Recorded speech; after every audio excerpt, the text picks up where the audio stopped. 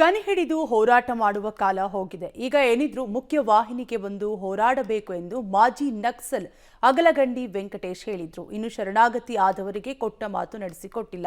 ಇದರಿಂದಲೇ ಯಾರೂ ಶರಣಾಗತಿಗೆ ಮುಂದೆ ಬರ್ತಿಲ್ಲ. ಯಾವ ಸಮಸ್ಯೆಗಳಿಗೆ ನಾವು ಹೋರಾಟಕ್ಕೆ ಕಾಡಿಗೆ ಹೋಗಿದ್ವೋ ಅವರು ಈಗ ಇನ್ನೂ ಹೆಚ್ಚಾಗಿವೆ. ಈ ಬಗ್ಗೆ ನಮ್ಮ ಪ್ರತಿನಿಧಿ ಒಂದು ಚಿಟ್ಚಾಟ್ ನಡೆಸಿದ್ದಾರೆ. Have A look. ಕರ್ನಾಟಕದಲ್ಲಿ ನಕ್ಸಲಿಸಂ ಹುಟ್ಟಿದ್ದೇ ಸರ್ಕಾರದ ಜನವಿರೋಧಿ ನೀತಿಗಳಿಂದ. ದಶಕಗಳ ಕಾಲ ನಕ್ಸಲಿಸಂಲಿದ್ದು ಜನಪರ ಹೋರಾಟ ನಡೆಸಿದಂಥ ಅಗಲಗಂಡಿ ವೆಂಕಟೇಶ್ ಅವರು ಕೂಡ 2011ರಲ್ಲಿ ಸರ್ಕಾರದ ಮುಖ್ಯವಾಹಿನಿಗೆ ಬಂದಿರುವಂಥದ್ದು. ಹಾಗಾಗಿ ಅವರ ಸರ್ಕಾರದ ಪ್ಯಾಕೇಜ್ ಅಡಿಯಲ್ಲಿ ಸಮಾಜದ ಮುಖ್ಯವಾಹಿನಿಗೆ ಬಂದ ನಂತರ ಅವರ ಒಂದು ಮಾರ್ಗ ಹೇಗಿತ್ತು ಅನ್ನೋದನ್ನು ಸಹ ಅವರಿಂದನೇ ಕೇಳೋಣ. ಸರ್ ನಮಸ್ತೆ. ಸರ್, ಈಗ ದಶಕಗಳ ಕಾಲ ನೀವು ನಾನಾ ರೀತಿಯ ಹೋರಾಟ ಇದ್ದಂಥವ್ರು ಮತ್ತು ನಕ್ಸಲಿಸಂನಲ್ಲೂ ಕೂಡ ತಮ್ಮನ್ನು ತಾವು ತೊಡಗಿಸ್ಕೊಂಡಿದ್ದಂಥದ್ದು. ಅದೇ ಒಂದು ಸರ್, ನಿಮ್ಮ ಹೋರಾಟದ ಆ ಹಾದಿಯಲ್ಲಿ ಗನ್ನಿನ ಮುಖಾಂತರ ನಿಮಗೆ ಇಲ್ಲಿನ ಮಲೆನಾಡಿನ ಜ್ವಲಂತ ಸಮಸ್ಯೆಗಳಿಗೆ ಪರಿಹಾರ ಸಿಗುತ್ತೆ ಅಂತ ಅನಿಸುತ್ತಾ ಸರ್? ಹಾಗೇನೂ ಅನಿಸಿಲ್ಲ ನನಗೆ. ನಾವು ಒಂದು ಕಾನೂನು ಅಥವಾ ಒಂದು ಸಂವಿಧಾನಕ್ಕೆ ಬದ್ಧವಾಗಿರುವಂಥ ಸಂದರ್ಭದಲ್ಲಿ ಆ ಚೌಕಟ್ಟಿನಲ್ಲೇ ನಾವು ಯಾವುದೇ ಚಳವಳಿಗಳನ್ನು ಕೂಡ ಮಾಡಬೇಕಾದಂಥ ಅನಿವಾರ್ಯ ನಮಗಿದೆ ಇವತ್ತು. ಅದರಿಂದ ಏನೋ ಸಾಧಿಸಿದೆ ಅಂತ ಹೇಳೋದಕ್ಕೆ ಜನ ತೀರ್ಮಾನ ಮಾಡಬೇಕು. ನಾನು ಅದನ್ನ ಒಬ್ಬನೇ ಹೇಳಕ್ಕೆ ಬರೋದಿಲ್ಲ. ಯಾಕಂದರೆ ಪ್ರಜಾತಾಂತ್ರಿಕವಾಗಿ ನಡೆದಂಥ ಚಳುವಳಿಗಳಿಗೆ ಅಥವಾ ಪ್ರಜಾತಾಂತ್ರಿಕವಾಗಿ ಮಾತಾಡುವಂಥ ಒಂದು ಶೈಲಿಗೆ ಸರ್ಕಾರ ಬೆಲೆ ಕೊಡದಿದ್ದಾಗ ಈ ರೀತಿ ಅವಾಂತರಗಳಿಗೆಲ್ಲ ಕಾರಣ ಆಗ್ತದೆ. ನಾವು ಕೇಳ್ಕೊಳ್ತಿರೋದು ಸರ್ಕಾರದ ಹತ್ರ ಪ್ರಜಾತಾಂತ್ರಿಕ ಚಳುವಳಿಗಳಿಗೆ, ಕಾನೂನುಬದ್ಧವಾಗಿ ನಡೀತಿರುವಂಥ ಚಳುವಳಿಗೆ ಗೌರವ ಕೊಡಬೇಕು ಮತ್ತು ಅವ್ರು ಏನು ಹೇಳ್ತಿರೋಂಥ ಆಲಿಸುವಂಥ ಒಂದು ತಾಯಿ ಹೃದಯದ ಕಿವಿ ಅವ್ರಿಗೆ ಇರಬೇಕು.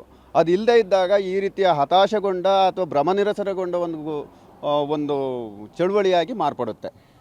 ಸರ್, ಅಂತಂದ್ರೆ 2005 ಕುದುರೆಮುಖ ರಾಷ್ಟ್ರೀಯ ಉದ್ಯಾನವನ ಅದು ಜಾರಿ ಬಂದಾಗಿಂದನೂ ಕೂಡ ಕುದುರೆಮುಖ ಆಗ್ಬೋದು, ಕಸ್ತೂರಿ ರಂಗನ ವರದಿ ಮತ್ತು ಮಲೆನಾಡಿನ ಅರಣ್ಯ ಒತ್ತುವರಿ ತೆರವು ಈ ರೀತಿಯಾದಂಥ ಸರ್ಕಾರದ ಯೋಜನೆಗಳು ಬಂದ ನಂತರನೂ ಕೂಡ ಆ ನಕ್ಸಲರು ಕೂಡ ಅದ್ರ ಬಗ್ಗೆ ಸಾಕಷ್ಟು ಹೋರಾಟ ಮಾಡಿದ್ರು. ಅಂದರೆ ಅವತ್ತಿಂದ ಇವತ್ತಿನ ತನಕ ಈ ಸಮಸ್ಯೆಗಳೇನಾದ್ರು ಸ್ವಲ್ಪ ಕಡಿಮೆ ಆಗಿದೆ ಅಂತ ಏನಾದ್ರು ಅನಿಸುತ್ತಾ ಸರ್? ಒಂದು ಮಟ್ಟದಲ್ಲಿ ಸರ್ಕಾರ ಅವಾಗೇನು ಕಂಡಲ್ಲಿ ನೋಟಿಸ್ಗಳನ್ನು ಹಂಚೋದು, ಫಾರೆಸ್ಟ್ ಡಿಪಾರ್ಟ್ಮೆಂಟಿನ ಕಿರುಕುಳ ಕೊಡೋದು ಒಂದು ಸ್ವಲ್ಪ ಮೇಲ್ಮಟ್ಟದಲ್ಲಿ ಕಮ್ಮಿ ಆಗಿದೆ. ಆದರೆ ಹೊಸ ರೂಪಾಂತರಗೊಂಡು ಮತ್ತೊಮ್ಮೆ ಇವರು ಅವಾಗ ಬರೀ ನ್ಯಾಷನಲ್ ಪಾರ್ಕ್ ಅಂತೇಳಿ ಏನು ಹೇಳ್ತಿದ್ರು, ಈಗ ಅದು ಹಾಗಿಲ್ಲ.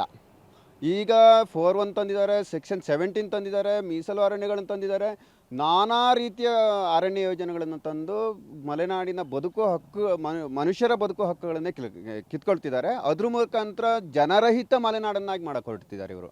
ಇದು ಆತಂಕದ ಪ್ರಶ್ನೆ. ಎಲ್ಲದಕ್ಕಿಂತ ಇದು ಆತಂಕದ ಪ್ರಶ್ನೆ. ಯಾರಿಗೆ ಬದುಕಿನ ಪ್ರಶ್ನೆಯನ್ನು ಬದುಕುವ ಪ್ರಶ್ನೆ ನಮ್ಮ ಮುಂದುಗಡೆ ಇದ್ದಾಗ ಅದಕ್ಕೆ ಉತ್ತರ ಕಂಡುಕೊಳ್ಳುವಂಥ ಒಂದು ಸಾಮರ್ಥ್ಯ ಇಲ್ಲದ ಸರ್ಕಾರಗಳಿದ್ದಾಗ ಇವೆಲ್ಲ ಅನಾಹುತಗಳು ಆಗ್ತವೆ. ಸರ್ಕಾರನೂ ಕೂಡ ಗಮನ ಹರಿಸಬೇಕು. ಇಲ್ಲಿನ ಪ್ರಜಾತಾಂತ್ರಿಕ ಚಳುವಳಿಗೆ ಮತ್ತೊಮ್ಮೆ ಹೇಳ್ತಾ ಇದ್ದೀನಿ ನಾನು, ಪ್ರಜಾತಾಂತ್ರಿಕ ಚಳುವಳಿಗೆ, ಕಾನೂನಿನ ಚೌಕಟ್ಟಿನೊಳಗೆ ನಡೆಯುತ್ತಿರುವಂಥ ಚಳುವಳಿಗಳಿಗೆ ಇದು ಹೆಚ್ಚು ಗೌರವವನ್ನು ಕೊಡಬೇಕು, ಮಾನ್ಯತೆಯನ್ನು ಕೊಡಬೇಕು, ಈ ಜನರ ಸಮಸ್ಯೆಗಳನ್ನು ಬಗೆಹರಿಸಬೇಕು.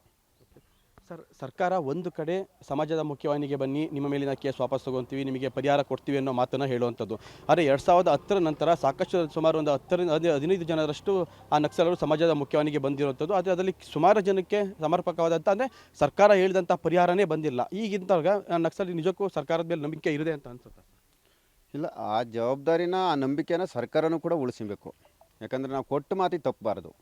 ಅದು ಎಷ್ಟೇ ಪ್ರಭಾವಶಾಲಿಯಾಗಿದ್ದರೂ ಕೂಡ ಅದು ಅವ್ರು ಏನು ಹೇಳ್ತಾರೋ ಅದನ್ನು ಮಾಡಿ ತೋರಿಸ್ಬೇಕು.